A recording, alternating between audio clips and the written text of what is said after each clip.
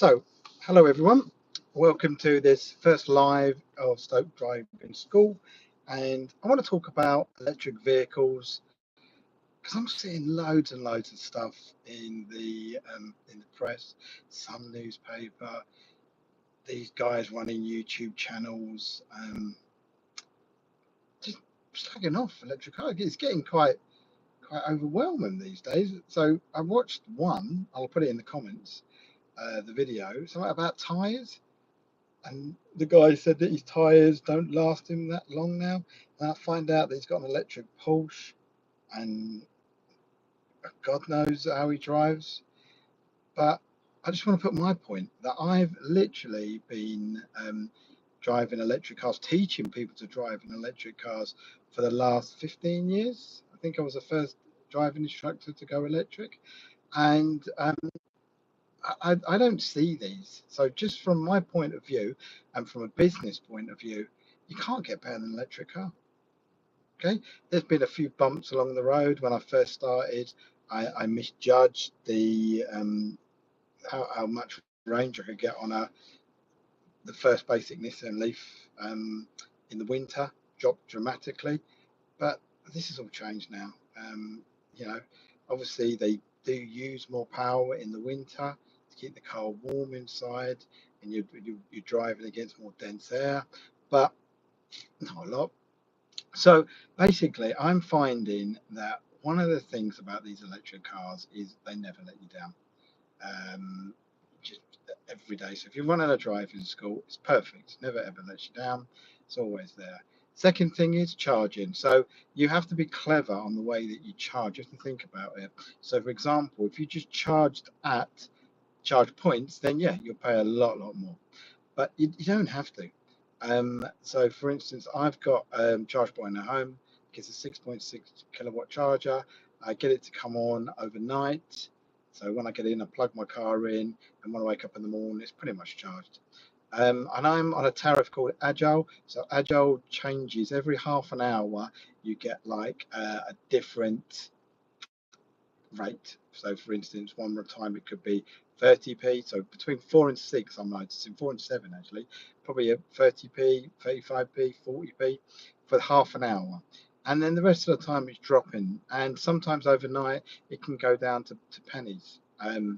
And sometimes it's free, and sometimes they pay you to use electricity. So, you know, there's lots of little ways, and that's what I find about electric cars. Unlike a petrol or diesel car, where the garage controls it, or the government control what the price of the fuel is, and you'll just pay it, and people are running around saying, "Oh, I've saved a penny a litre or 2p a litre." This way, with electric cars, you've got much more control.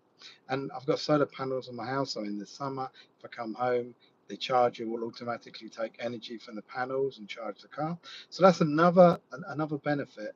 The other benefit is you just don't get the issues with the brakes. So obviously, when I used to drive petrol cars, teaching people to drive maybe 40,000 miles, you'd be looking new brakes. Now I'm getting 100 30, 40, 50,000 miles, no brakes. In fact, the car's been sold, and I've got another car before I've changed the brakes, which is amazing. And the way you can tell this, if you can have a look at electric cars, there's no dust on the wheels. You don't see any dust. And and I wouldn't advise you to do this, but if you are a normal petrol diesel car, even after a short driving distance, if you felt the disc brake at the front, it would be mightily hard. You couldn't touch it. Chuck a little bit of water on it, you'll see steam. Um, but on then these cars, they're actually cool. They're actually cold. You can after even all day driving the car doing lessons, they're still cool. The disc is still cool. It's unbelievable. So much less wear and tear, and the tires. I don't know what that guy's going on about with the tires, to be honest with you, because I'm getting 40,000+ miles on these. I drive a Nissan Leaf. It's a 62 kilowatt at the moment I've got, and I'm never getting any trouble. Tires are the same. This is a driving school car. So I don't know. So that's just to put my point that I do this day to day. I run with these cars, and I do not see an issue. So when you are looking to learn to drive, or if you run a driving school and you're thinking to yourself, what car's good? Have a look at the electric cars. Price has been an issue in the past. I agree, it's too high. But now I'm seeing this sort of settling. You can actually get a lot cheaper electric cars, and it's the wear and tear. The wear and tear, you don't get that much wear and tear on these electric cars. I mean, I'm here waiting in the car park for my wife who's in the shop, and I've got the heater on, heated seats on, and it's not taking anything out of the battery. I mean, obviously it is, but I can't see it. My percentage is not going down, but that's it. So if you want a very smooth, efficient car, go electric. And remember, it gives you choices. So you could make it dirty, you could charge on the most expensive, dirtiest electricity, but also you can charge on cheaper electricity or free electricity. So don't be taken in by these.